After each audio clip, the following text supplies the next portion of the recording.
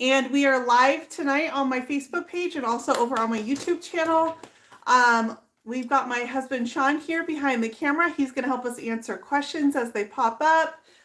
So since I can't see them as well, I forgot an apron. Can you grab me an apron? Just that one right on top. I forgot my apron, you guys, and I'm going to get paint. And I'm not a clean painter always. What? Yeah. So you can tell by most of my clothes. Although I do have dedicated paint clothes, I don't want you guys to think like I wear the same thing every day. I just change into paint clothes to paint live. For anyone counting, I said what once already. Yeah. Oh, okay. That's a drinking game. So, all right, you guys should already have had one shot tonight. Apparently, according to Sean's drinking game, he's had one shot tonight. Is what I'm saying. I don't like to limit myself behind the camera. Okay, you guys, we are going to paint live tonight. I paint live with you guys every Thursday evening at 6 p.m. Pacific Standard Time. And what I told you that we were going to start doing for a few weeks is we're going to do some product comparisons, just product basics. And so we're going to start tonight with like the fundamentals, and we're going to talk about paint brands. So I've got out, I don't know, what do I have? 1, 2, 3, 4, 5, 6, 7, 8, 9, 10, 11, 12, 13, 14, 15, 16, 17 types of paint out tonight. And I'm going to talk a little bit about each one. This live always makes me really nervous because I have to make massive generalizations. And so some of the stuff I'm going to say, I'm just brushing the very surface of each of these brands. Okay. So some of the stuff I'm going to say is generalizations, and I want you guys to know some of it is not hard and fast rules. When you're doing art, there usually are not rules. If it works for you, then it works, right? So some things that I do are breaking the quote unquote rules, but it works. And so it can be very hard when I do lives like this and I say things, that they're hard and fast rules, and they're not. There's always wiggle room in everything we do, right? So just really keep that in mind. Also, when you're talking about brands of paint, and this goes for every painter out there, your favorite brand, the best brand to you is the brand that you use most, right? Because it's what you know the best, you're the most comfortable with it, you know what it does and doesn't do well.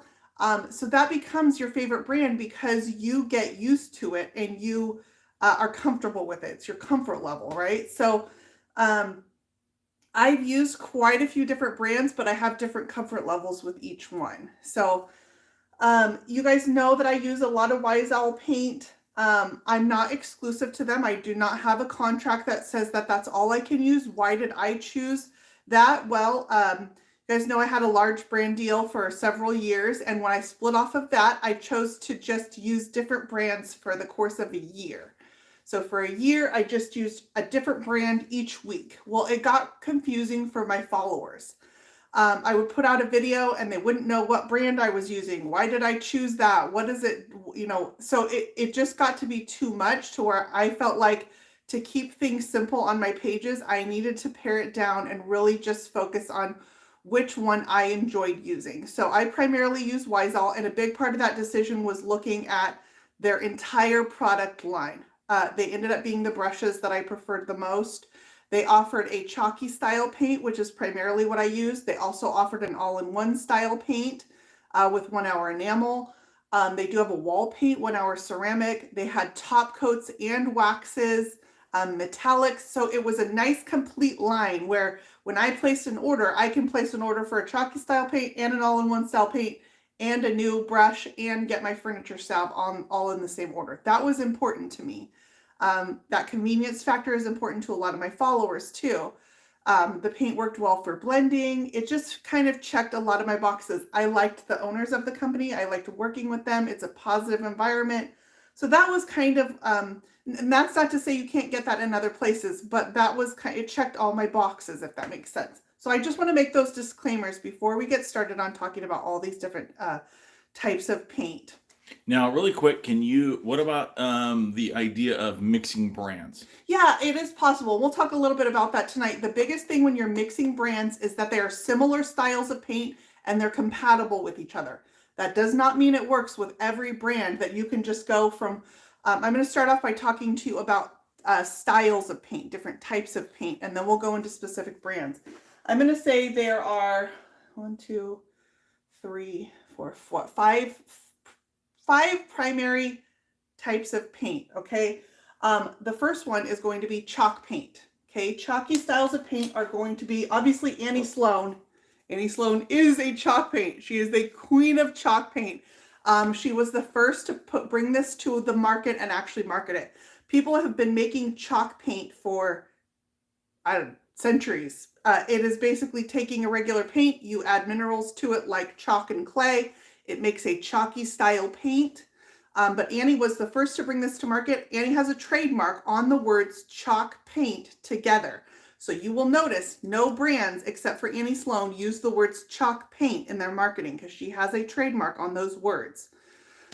So Annie Sloan is a true chalk paint. It is made with chalk. Chalk is the mineral that's added to the paint to make it chalky. Chalky is that dry matte feel. When it dries to a low matte sheen, has a little bit of texture to it, a little bit of grit from adding those minerals.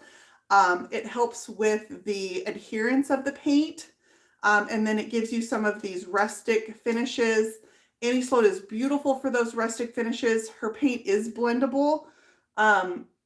So true chalk paint. So what else would fall into a chalk paint?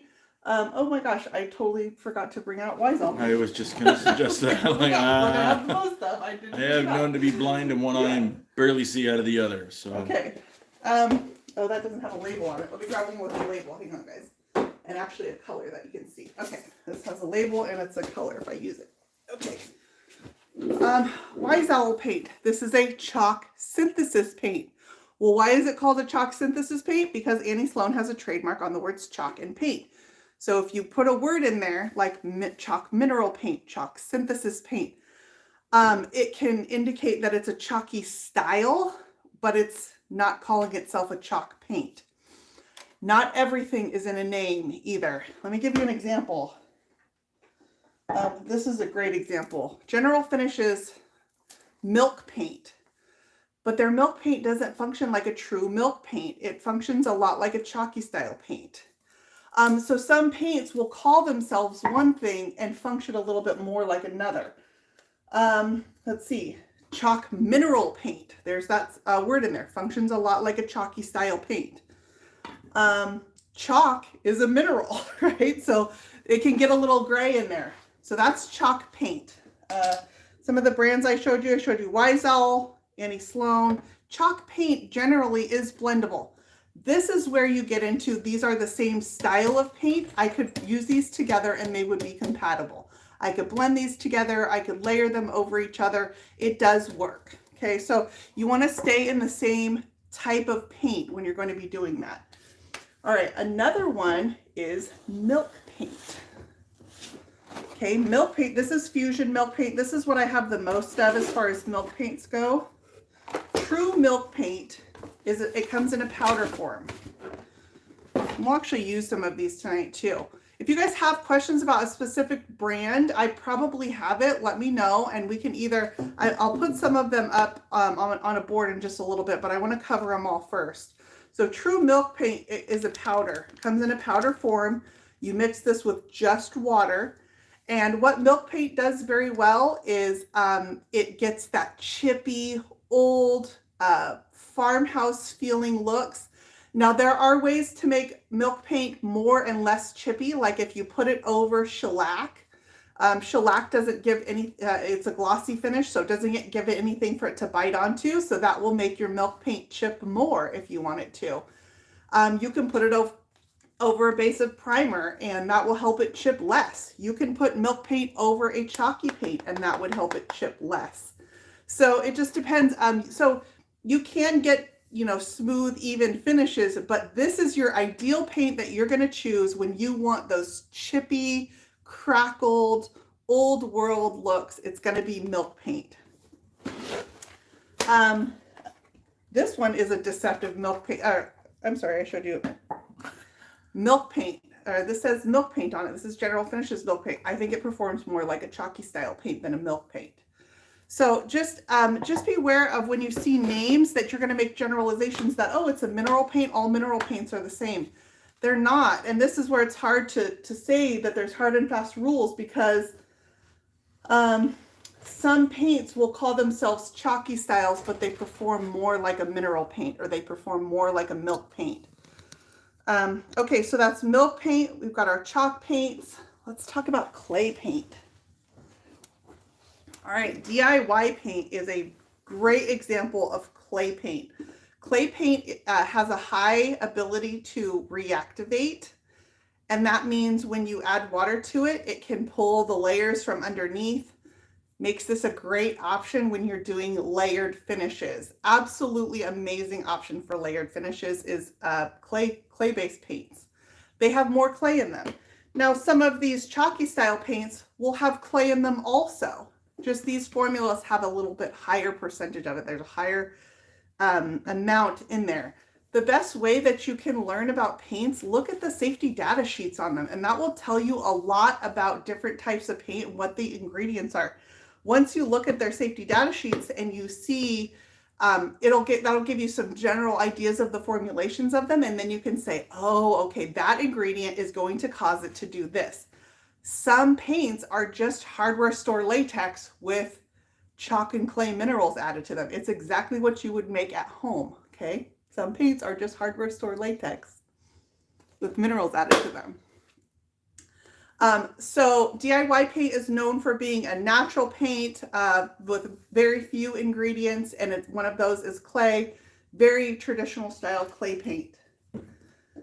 Country Chic is one that it's a chalky style paint, but it has a little bit more clay in it. So it performs kind of in the middle of the two. And there's a lot of brands that are like that, where they may call themselves a chalky style paint, but it performs a little bit in the middle of a chalk and a clay. So there are no, definitive lines about what is what. So Pureco, it's called a chalk finish paint. So you hear that word in the middle, the word finish breaks up the words chalk paint. So you can say that it's a chalky style paint, but this also has some characteristics of a clay paint. It has a little bit of a reactivation factor, which means if you add water to it, it will reactivate the layers underneath.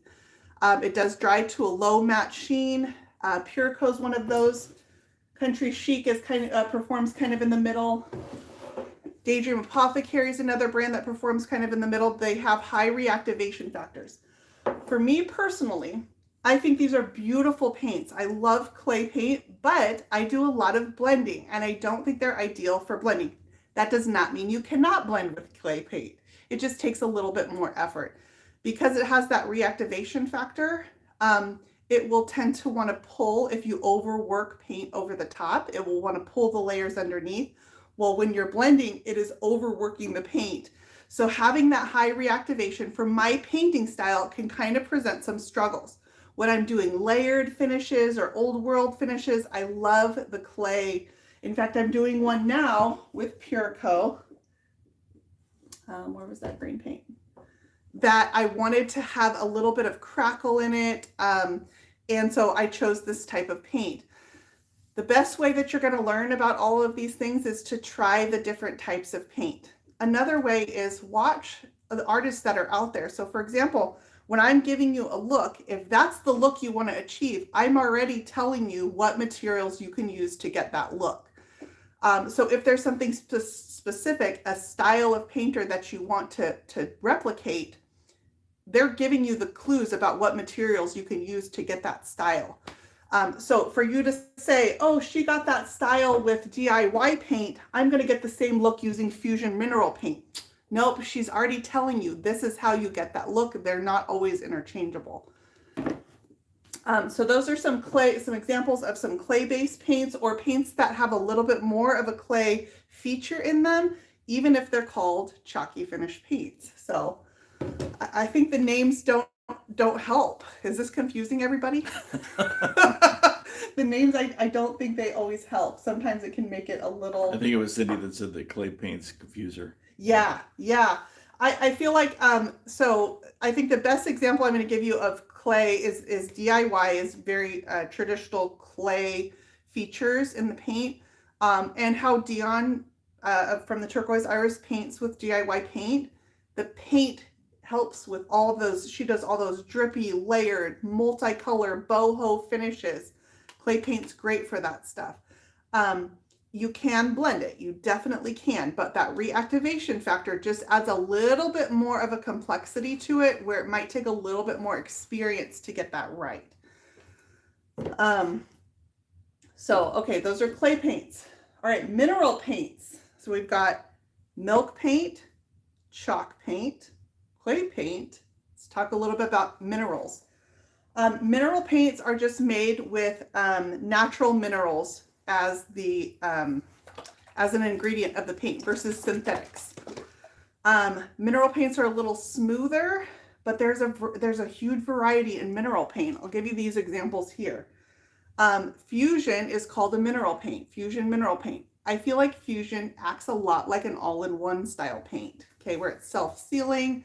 It will blend, but it's not going to be the best choice for it. Some paints have more or less of those features. So I find that melange is called a mineral paint.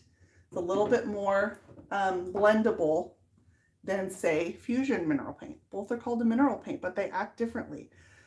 So when you're combining paint brands, I would just say they need to be similar performing paints. One example would be 1 Hour Enamel from Wise Owl. Well, these are both Wise Owl paint, but these are not compatible paints. I would not blend these together. This is an all-in-one style paint. This is a chalky style paint. So as long as you're working within mineral paints, I think are probably the most can perform more or less like one type of paint and another. So, as far as mineral paints, I would say, melange and this brand, whose name I refuse to say on camera, will work together. Lily Moon also can perform with chalk and with mineral. I Love Hue is called an acrylic mineral paint. This would be compatible with some of these. So yeah, you can mix within brands. You just want to make sure.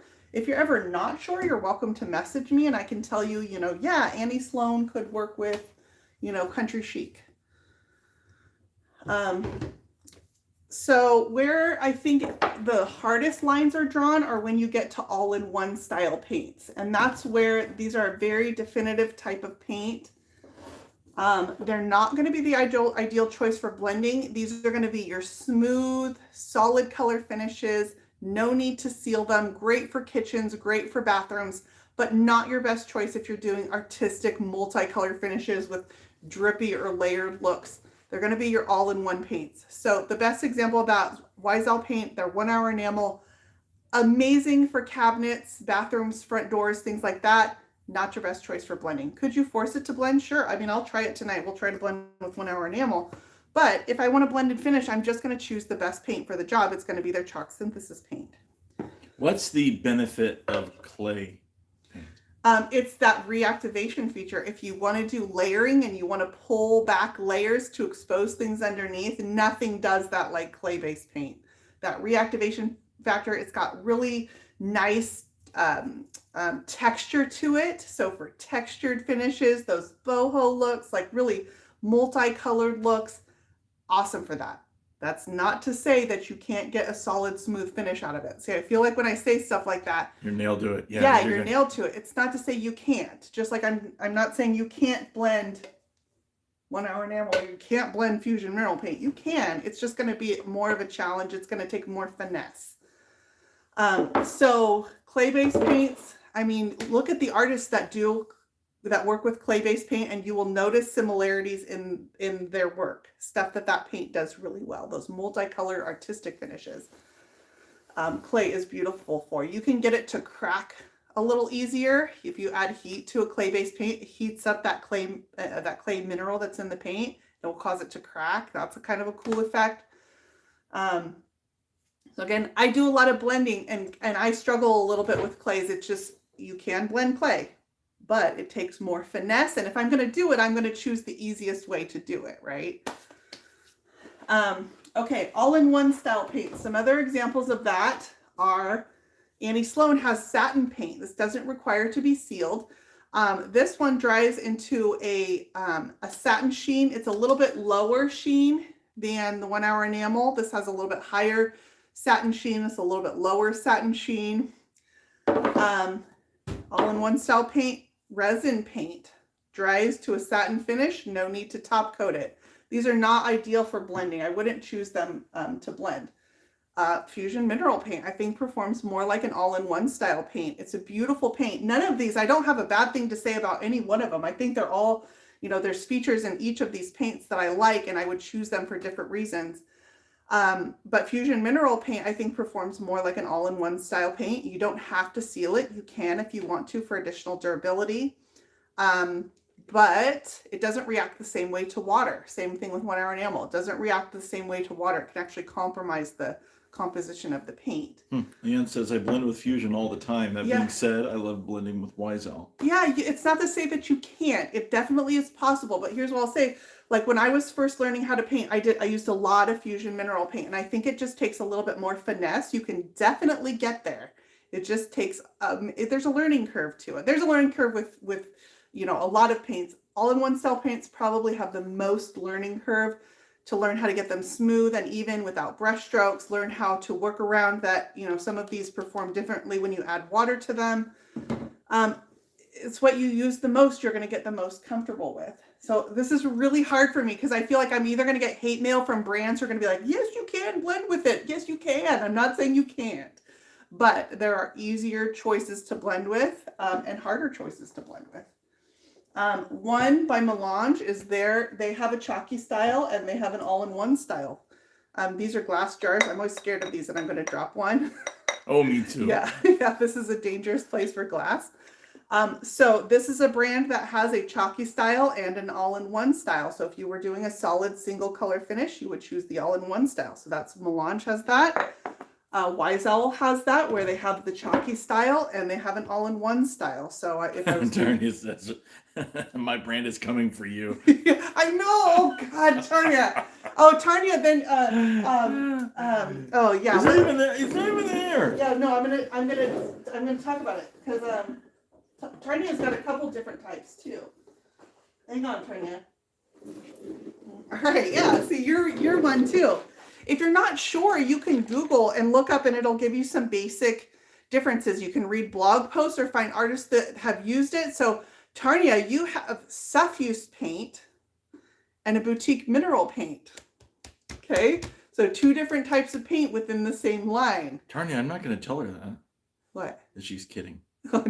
No, but it's good stuff to know. But the best way, I think, to really understand what a paint does well, number 1, watch their artists. Go check out their social media. If you see a look that you like and it's telling you what products were used, just use those products. That's the easiest way. If you want to try to duplicate it with stuff you already have on hand, then you're taking a chance that your finish might vary a little bit from their finished look. So let's see. Annie Sloan has a chalky style paint and an all-in-one style paint. Her satin paint is an all-in-one style. Her chalk paint is obviously a traditional chalk paint. All right. So let's see. You guys want to try some of these? Let's try some of these. Another thing I want to say is all-in-one styles, some vary greatly. So this is an all-in-one style paint, silk. But I never used this without sealing it because it dries to a very matte finish. So it doesn't feel finished. The feel of the finish is more like a chalky style. Whereas this is an all-in-one paint that I never feel like I have to seal because it genuinely has a sheen to it. It feels like a finished look. So I would never put this in a kitchen and feel like I could use it and not have to seal it. Whereas I would do that with this. I like a little more sheen for the washability, the wipeability on heavily used surfaces, which is kind of important to a lot of people. It's the Charlie effect. The what? It's the Charlie effect. Oh, the Charlie sheen, yeah. All right, so let's see. Let's try some milk paint because I think milk paint's really interesting. I'm gonna mix up some milk paint really quick, and we'll try a few of these brands. If you guys have a brand you want to see go on, let me know. I obviously can't use all of these because I think I'm up to like 20 brands out. And what a mess. I've got a surface right here that is prepped, and I'll show you how some of these goes on. So milk paint I think is interesting. I haven't used it in a while. It's pretty fun. I think I'm going to use it on this piece, although not at this stage. It'll be later. You'll have to wait for the video on this piece to see how I use it. Okay, so I just opened up a random color. You know what? I'm going to open up a color. I think I might actually use that color. So I'm going to open up one since I'm kind of wasting it at this point. That probably won't be heavily used by me. And that's going to be orange. Okay, so we're going to Hold on, open up hold on. this orange. So one thing that was cool about this milk paint is I did a piece and we were traveling last year, 2 years ago, huh? And I was able to take this on an airplane. So that was one of my favorite things. I also really like how this stuff stores because it just stays in the pouch. The pouches are this thin. So this is literally like 5 containers of paint Sorry, right here. light bulb just went off. Tennessee. Yeah, when we went to Tennessee, I was able to take this paint on the plane, just add water when you get there. So it travels really well. Okay, so I have a bowl here. I'm not going to mix up a whole lot because I don't need to use this right now and I don't want to waste it. Okay, then it has a Ziploc on the pouch.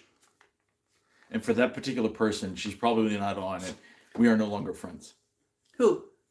That person that will remain unnamed. Oh, that yeah, was you're in not, Tennessee. yeah, you're not going to say her name? Yeah, right. You guys totally are. Okay, I just need like a few drops of water. Then you just add water to this. I don't want very much because I don't have a lot of paint in here. It does have mixing instructions on the container. I'm obviously not mixing a full container. Okay, and then you want those, I just stir it into the water and you want those particles to dissolve into that water. I'm a little too liquidy, so I'm going to add a little bit more of my paint. Obviously, I'm not paying attention to the mixing instructions right now. So once you mix this up, you let it sit for a few minutes so that those particles will dissolve. And you come back and stir it every once in a while. It is a little more liquidy than most chalky style paints. Chalky style paints are usually thicker. And this is a little liquidy, but what surprised me about milk paint is how the coverage is actually pretty decent. Milk paint's a really cool thing to play around with and then learn how to use. Can you plug my heat gun in? Nope. And stretch it over here? Nope. Okay, so I'm just stirring this really well because you want those particles. It's like when you're making hot cocoa. You want if you just pour the pouch on the top, you get chalky hot cocoa at the top. You want to actually stir it in and give it a chance to dissolve. Okay, but it is more watery than a regular paint. It has a definite drip to it. Sorry. Has a little bit of texture still to my mixture, even with as much stirring as I've done. Totally normal. It's going to be a very old world type finishes. We're just going to brush this on here. Okay, so I'll just do it up here. So the coverage on that is pretty good. And the type of milk paint you're using? This is Fusion milk paint. This is what I have the most of is Fusion milk paint. It's a really fun, cool product to use. I'm going to have Sean hook up my heat gun because you can get cool effects if you put this, like I said, if you put it over shellac, you let it dry, you can get it to chip away from the surface underneath. You can actually put tape on it and pull it away if you want to do it artificially. So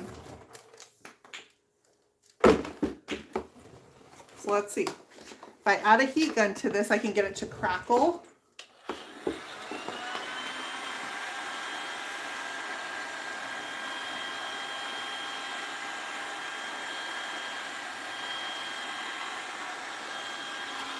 Okay, so I'm going to have Sean come in really close on this because I want you guys to see the effects you can get with milk paint.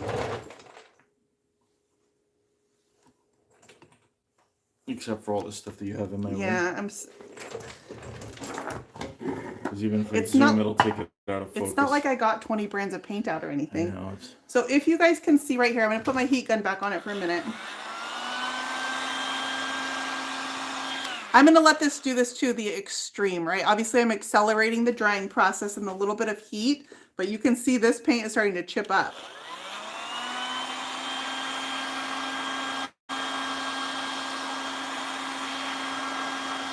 Can you see there's crackling in there? It's a very natural crackle, and I'm just going to brush away some of these chips. See what a cool effect that is? That's just one coat of paint, and I've got a gray primer underneath. Gave me a really nice crackling and a really nice chipping effect. That is what I love, what that milk paint does. Now, once this dries, I can seal this with a wax or a clear coat and hold it in place. Once you kind of get rid of whatever's loose, the stuff that's bonded is bonded. And you can get more or less chipping depending on the finish that you want.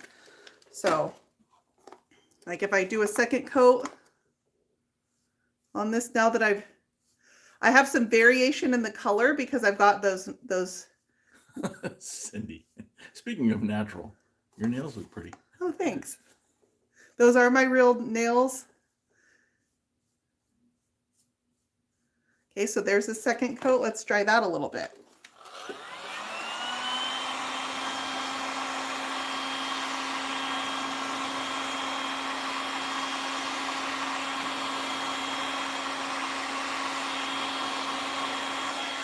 Right away, can you see like it just pops and I get these cracks in the paint? Just super cool.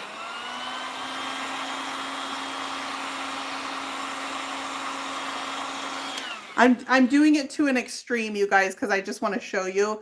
And this is going to have a textured finish on it anyway, so I'm not worried about the fact that I'm putting this paint on. But can you see those? I didn't use a crackle medium at all. That's just the milk paint on its own. Okay, and then I can loosen up any pieces that want to fall away and get this just really authentic looking chippy look. So milk paint is phenomenal for that, like second to none. All right, let's try. Would you like me to pull back? Yeah, if you want to, because I'm going to use this part right here. That's more of the details in here is that. You guys shout out if you want to see what some of these paints do, and I will put them on. Now, again, we're only going to get like a super brief example. All right, Fusion Mineral Paint. Here's what I will say. Some of these containers, like this is probably half full. I haven't used Fusion in, I don't know, 3-4 years at least. This paint is totally still usable. So do you top coat that milk paint? Yes, I would top coat this. I like milk paint with a wax on it because it's meant to be an old world type of look. So I would top coat this. You can use a clear coat with it, but put a wax over milk paint and it just looks super authentically old. Okay, so we were talking about blending with Fusion. So Fusion gets, this is a gray. I guess that's probably not the best color choice because you can't really see it. Gray. Yeah, it's a really nice smooth paint. You want to put this on with a synthetic bristle brush, which is what I'm using here. You only have 48 more coats to go. Yeah, well that's really good coverage, obviously, because I put the gray primer underneath. I just meant that out of 50, you have 2 nailed. So you have 48 more shades. Of gray that I need to use? All right. Not knocking coverage. I just grabbed 2 random colors, guys. I didn't put any thought into like, making an actual cohesive look with this. But I'm going to show you. Let me get another brush. A vegan milk paint? Oh, yeah. You can get some like all natural ones. Like it, So, okay. So this is Fusion Mineral Paint. This color, this is a green color. Can I brush them into each other and get these colors to blend? Absolutely. Like right there, you can see that did it. This does react a little differently to water. So the paint wants to separate a little bit when you add water to it. So you just have to learn that it has these characteristics. Can I do a blended finish with this? Yeah, yes, you can. But I really would choose this paint for its solid, smooth finish. Okay, right there. That's a gray blended into a green. Here's one for you because you can't, you don't have smell-o-vision on the phone. How do these things smell? Oh yeah, that's a good question. Some do have light odors. These are water-based paints, so they're not going to have those heavy chemical smells. There are some paints you can get a light ammonia odor. All-in-one style paints might smell a little bit stronger. Some paints like clay paints or the milk paint will have a much more natural smell, like almost like a mud or a dirt kind of smell. Like after the rain, how the ground might smell a little bit when it's wet. Some of them have those type of smells. So let's see, is there one in particular? Can I smell the Fusion? Little bit of an ammonia smell in there. You smell like some walnuts, some amber maybe? Yeah, it's like a wine. You gotta take it and waft it towards your face. But none are super offensive or heavy odors. I'm going to fix this blend a little bit because I'm dripping because I added that water to it. Super nice, smooth, even finish. This is I'm using Fusion Mineral Paint.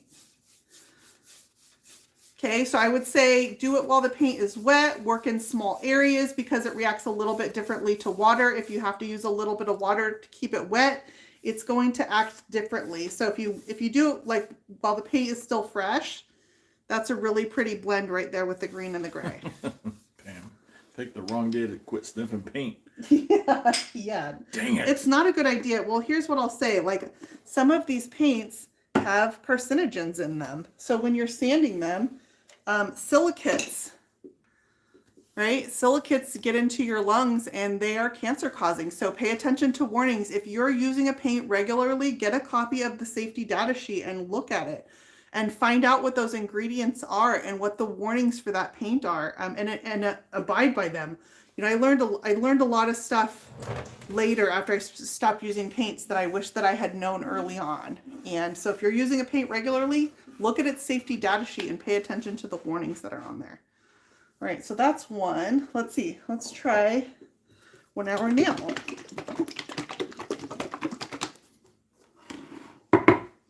Yeah, and I gotta open my cans, guys. 1 hour enamel should not be shaken. Like I just shook it. They recommend that you stir it instead of shaking it because it can introduce bubbles into the paint. I just shook mine because I'm on camera right now and working quickly. Do as I say. Yeah, not as I do. Read the instructions on your paints. That will give you the best results. These manufacturers are super helpful if you're learning too. Most of them have social media, YouTube channels, regular artists that use the paint to give you examples of what you can do with it. Email them, message them, and they will tell you what the best practices are. So this, I'm going to try the same thing with a little bit of a blend with 1 hour How do you enamel. obtain safety data sheets? The manufacturer should have them on their website. If the manufacturer does not have them on their website, I don't like it. I don't like it. It usually means there's a reason. Yeah, there's more there that I won't say, but you can message them and ask for them. And if they're hesitant to give them to you, that always makes me a little leery. So they should be publicly available by law. They have to be publicly available. And ones that are upfront about their manufacturing, put them straight onto their websites. Hey, Emily. Yeah, Emily says headaches, dry eyes, Yep. etc. Some side effects I started experiencing daily until I stopped using some of the toxic paints. Yes, migraines. You know, there are brands who keep their safety data sheets under lock and key. My former brand is one of them. I did not know at the time to question that. So this is 1 hour enamel. It has a faster dry time. You can force it to blend, but I don't think it's the ideal choice. It starts getting a little bit sticky. It's not that you can't. It's just that it's not what it's best for. So I just blended 2 all-in-one style paints. These are very straightforward blends, just an ombre. If I was doing it in a circle and it takes more working time, you know, I have to add water to it. They're going to get a little bit finicky. So it's not that you can't. 1 hour enamel, the first coat, the number one thing I see from people is it's scary after the first coat. The coverage isn't always great. This color is called Fauna, and it's a nice color over the gray primer. But you get, I can still see some of that gray primer underneath. So people kind of freak out on that first coat. And then you put the second coat on and you realize, oh, it just takes 2 coats to get an even coverage.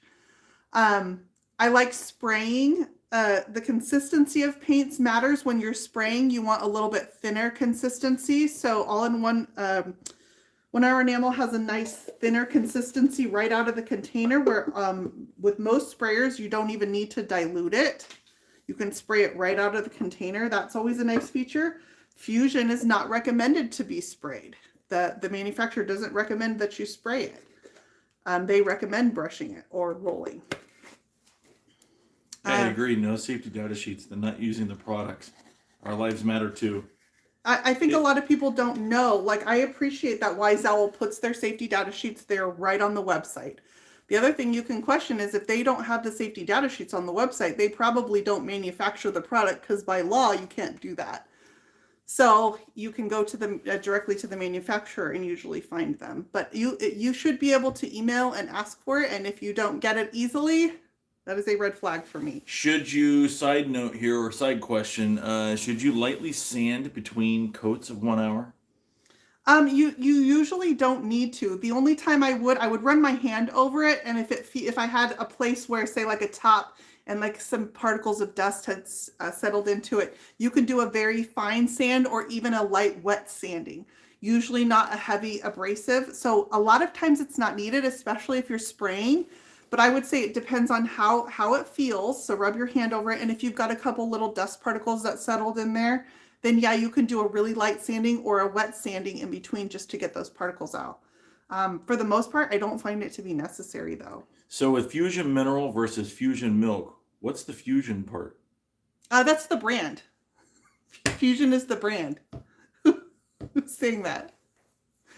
Who said that? I don't know. Oh, I was wondering if it was going to be someone that worked for Fusion, like making fun of me. Fusion is the brand. That's their brand name. So they have just different. How about if you types just slap on some DIY paint? Of paint. Oh, you want to see some DIY? All right, let's see if I can get it with a short amount of time. All right, so this is DIY. What's this color called? This one is called, oh, Salty Kiss. That's a bright green.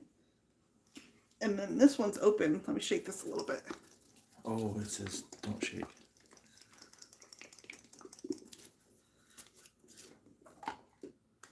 Okay, and this is Bohemian Blue, which is one of their most popular colors. Really pretty blue. I'm just going to use one, and can you see up here if I work up here? Yes, just because it's ma'am. an untouched area. So what I'm doing with this piece is it will have a textured finish on it. It's actually got a really heavy wood grain to it. So I'm adding a little bit of salt wash to my paint. So all this will get covered because I'm going to cover it using a textured finish. But I think I'm going to incorporate some milk paint and some clay-based paints and get kind of an old world, like this crackly style finish on this whole piece. So sorry, Julie Paint has the SDS, so somebody's already starting to look. It's really good to just be educated on what you're using, no matter. Especially if you're using it frequently, read those warnings. Does it say to put a mask on when you're sanding it? Then you should put a mask on. If you're sanding it every day, those particles get into your lungs. They can be damaging. Read those warnings and abide by them. If it has, California has Prop 65, which is a cancer warning. And one thing that's really hard about Prop 65 is it became so common in California that everything's got a warning on it that people started disregarding the warnings. Well, though it's a cancer warning, it means that with long-term exposure, this product has ingredients that are known to cause cancer. Well, with paint, that's really applicable because you could use paint for as little as 5 years and, end up with some of the, like Emily was saying, the signs of health problems like, I don't know, dry eye, headaches, migraines. There's all kinds of stuff that could be underlying. And then with long-term exposure, you end up with cancer symptoms. I tried to get a Prop 65 warning label for the sun, but it's too far out of reach. Well, you go into a building and they'll have Prop 65 warnings on the wall. But what I don't like is because it became so common, it took away the meaning from all of them. And it needs to have some meaning because we are using chemicals and products.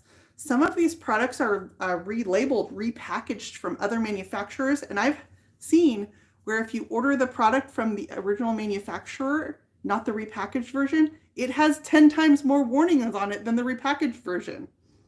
So that's a huge red flag for me. It means we're not getting all the information always. So sometimes we have to find it out ourselves. This is pretty dry, so I'll go ahead and put my DIY paint over this Fusion. It's nice and smooth. I can see all that wood grain through, which is what I want to cover up on this particular piece. My 1 hour enamel is still a little bit wet. It's not funny, but it is funny. Pretty sure my lungs have a chippy old world finish inside. Yes, yeah. I mean, it's true. Like, I wish I would have thought about that stuff when I first started painting. Because I learned a lot of stuff isn't always as upfront as you think it should be. So I'm going to accelerate this just a little bit. This is DIY paint, and I'll show you kind of a little bit of the reactivation.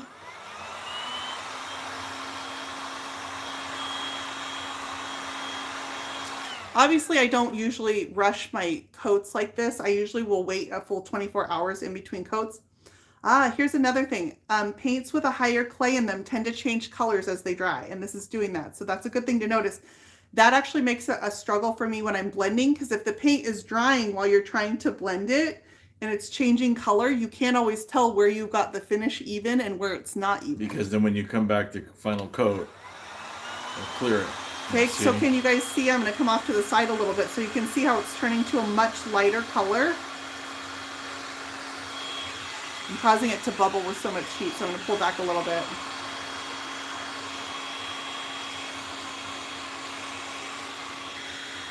Again, I don't really care about the bubbling because I'm gonna age the heck out of this one. I'm gonna use some of this milk paint techniques. Okay, so do you see how much that dried from my wet version to my dry version? That color changing factor in clay paints, I think, presents a challenge in blending. Okay, so if I once I seal this, some of that color will come back. So I can put a seal over it here. I'll show you just if I add water. So you can imagine if you put a clear coat over top, it's going to look like it's like the wet effect does. But I just dried that. I can add water to it and I can get that paint to reactivate. Okay, pretty quickly. So if you want to do some of these like drippy boho effects, like these streaky paint finishes and stuff, this is totally a gross example, but I mean super pretty for some of these effects. Those are pretty colors together. You can add a little bit more of that green. You can get it to reactivate and pull some of those layers back. So very, very like artistic, fun paint to work with because it does some of these things really, really well. So I like, you can think of artists who do styles. This is such a like basic example here, but who do styles like this and how you would get them. And this is a great paint for it. So it's pulling back. I can see some of my gray coming through underneath. It'll re-wet some of that green. I can really play with the paint, so it can be really tactile. Teresa, Seattle Seahawks colors. That's not gonna help them. Can you give me a rag? Because I added a lot of water. So that's what I love that paint for. Is it the only thing it does? No, but it does this really well. You know, is this the only thing this paint does? No, but it does this really well. I just added a lot of water to that spot, so I'm going to wipe some of this back. You know, you can do some of this stuff with it, exposing all those layers underneath. It's just really fun to play around with. That fusion underneath, nice and wipeable. I'm able to wipe that back pretty easily. I added some water over top. Here's one thing I'll say, the fusion underneath is not reactivating like that. Okay, my fusion is not pulling away, but that DIY paint, I can use it for those looks. So you can see how one would be the ideal paint for a one where you wanted to pull back layers. It's going to be like a clay paint. Oh my gosh, it's so much information. If you guys ever have questions about a specific brand, whether, you know, two might be compatible together, you're welcome to message me. And I'm happy to help if it's one that I've ever used before. Some paints I'm more well versed in than others. I think it would be really hard to know 20 brands really well. So, you know, if it's a paint, like if you're using DIY and you have questions on it, you probably wouldn't message me who doesn't use DIY every day. You'd message like Dion or Debbie or, you know, one of their artists. For Annie Sloan, you know, if you have in-depth questions, you can message Annie Sloan directly. She has a staff, or like Jonathan Mark Mendez, who uses this regularly, is going to be your best resources. I will know like surface information. You know, Wise Owl, I use it every day. Can easily answer questions on that. So that's why I'm glad that all these brands have artists, because no one artist can use all 20 of them and be. I felt like when I was using all 20, I was what is it? An expert at nothing, a jack of all trades, but an expert, master of none. That's kind of what I felt like. I was like, I just want to learn one really, really, really well. A master of none is better than a master of one.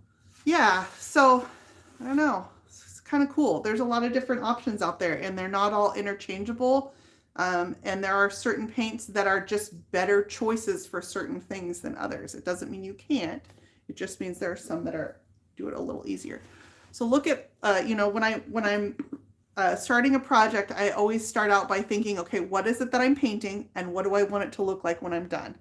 So to answer the question, what is it that I'm painting? Well, I need to look at that surface and say, do I need to put a primer on it? How do I need to prep this?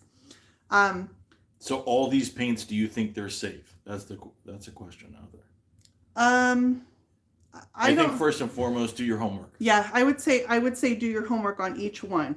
Do your homework on each one. I have 20 brands of paint here. I have not pulled the safety data sheets on every one of them. So I won't be able to say, what the warnings are. Safe is a relative term to, are you using personal protection equipment? Are you putting a mask on when you're sanding it? There's so many variables. Yeah.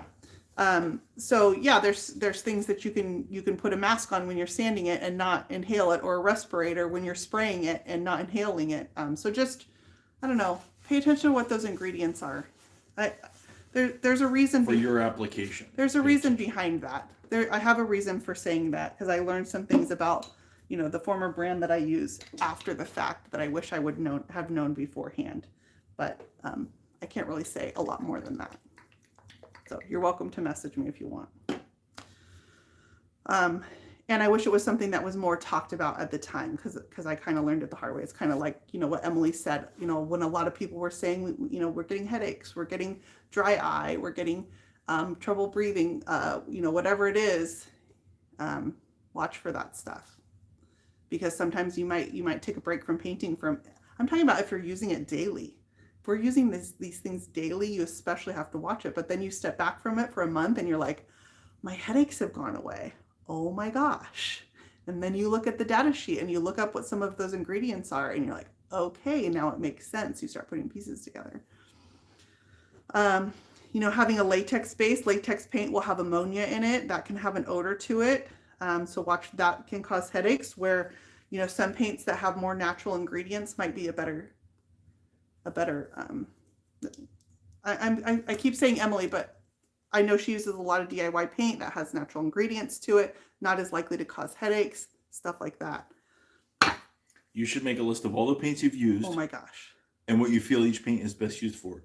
And that's why you have videos. I know, but then I would have brands that message me and they're like, you said my paint is good for solid single color finish but you can blend with it also. And I'd be like, I know you can. I just think it does this the best. It's like, ugh. I don't know. It's really hard because I don't have any problem with. Well, I have a problem with one of I have a problem with one of these brands. Yeah, but I don't have a problem with these brands. Even if I don't use them regularly, I think there's a lot of great brands of paint out there. Like, I love the owners of Fusion. I've had nothing but good experiences with them. I used to use their paint a lot when I first started painting, because I started out doing more solid single color finishes, and slowly I started venturing into more artistic stuff. So I used to use this a lot, and I've met the owners, and I think they're nice people. And, I've met Annie Sloan. I have nothing bad to say about her paint. I love this for like old world and textured finishes. I went to the Annie Sloan facilities when I was in the UK. And it really helped me to see how she uses her own paint, because that helps you see what her vision for it is. Now, that's just one vision, but it's very old world, touchable. A lot of it's unsealed, and the chairs have marks on them where people have pulled it out a million times. And she loves that stuff. Like, Annie loves old European finishes, and her paint does them so well. So I don't know, that was kind of revolutionary for me to see how she uses her own paint, is kind of how she intends it. And that's what it does best too. Oh, did I confuse you guys a lot? Yeah. So I tried to keep it down on this side because there's a lot of information. Yeah. The other danger is that I don't use all of these every day. So like, I've used Lily Moon paint. It's a really pretty paint.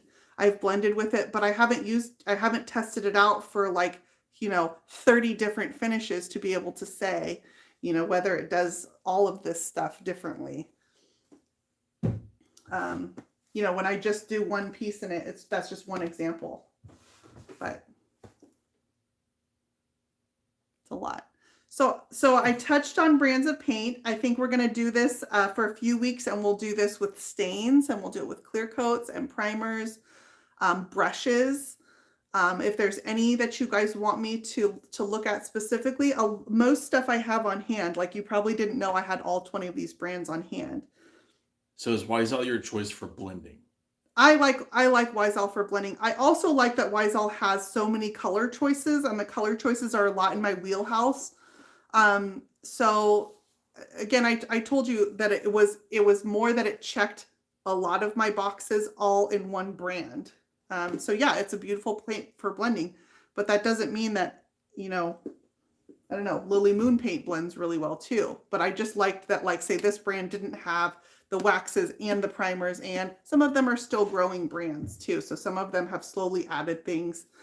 Wisal just checked all of my boxes in one place. I had used a variety of brushes and I ended up liking the Klingon brushes the best. Well, they're the US distributor for Klingon brushes. So it makes it easier for me when I can get everything in one place. The primer that I'm using is their primer. I loved their primer. So it was that, okay, yes, it has the paint. The paint blends really well. Great. Oh, it has the primer too. Oh, it has the brushes too. Oh, it has the all-in-one too. You see what I'm saying? I wanted all of the above. I want everything in one place. So yeah. So, all right, you guys, just touching the surface, whatever you use is going to be your favorite. A lot of these, you know, brands can be very versatile. This is my 1 hour enamel. I'm running my hand over it. It's pretty dry. 1 hour enamel dries up to 90% within the first 4 hours. So this is a great paint for putting back into quick use because it has that fast cure time. Another time when that would be great is if you need to ship a piece of furniture, you can use the 1 hour enamel clear coat. It has a fast cure time. A lot of people get worried about shipping pieces of furniture and having uncured products on them. Well, if you use that clear coat, you can ship your pieces without that hesitation. That's nice and smooth. I wouldn't feel like I needed to sand this, but if you wanted to, just a really fine grit, and even adding a little bit of water, just getting anything that settles on the surface, put another coat over that, and it's a beautiful finish. All right, we've been on for a really long time, and I still feel like there's so much information. Like I feel like I brushed the surface, and that's pretty unfair. All right, if there's paints that you guys want to see in use, like, you're welcome to message me and I'll dabble. Again, I just didn't feel like when I was using a variety and a different paint every week that it was kind of doing a disservice. It was very confusing for people on my YouTube channel. What paint are you using now? Wait, why are you doing this? And last week you used a lot of water and this week you're not. Why? You know, it just was, it was overwhelming. So yeah, that's my main reason. All right, you guys.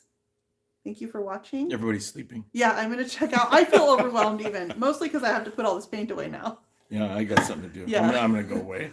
Yeah. All right, I do have a new video coming up on my YouTube channel next week, so check out my YouTube channel if you're not already subscribed. I do have links for all of the paints that I've used tonight, most of them up on my website, so at brushbybrandy.com, and quick links. Those are affiliate links, so I earn a small percentage. So anytime you see artists that have affiliate links, support them using those links. The prices are the same for you, but they earn a small amount of income for that. So yeah, if you decide you want to try one, check out my affiliate links for them, and I'll put those in both of these posts. And you're welcome to message me if you have questions, and I'll help you as best as I can. All right, I'll talk to you guys next week.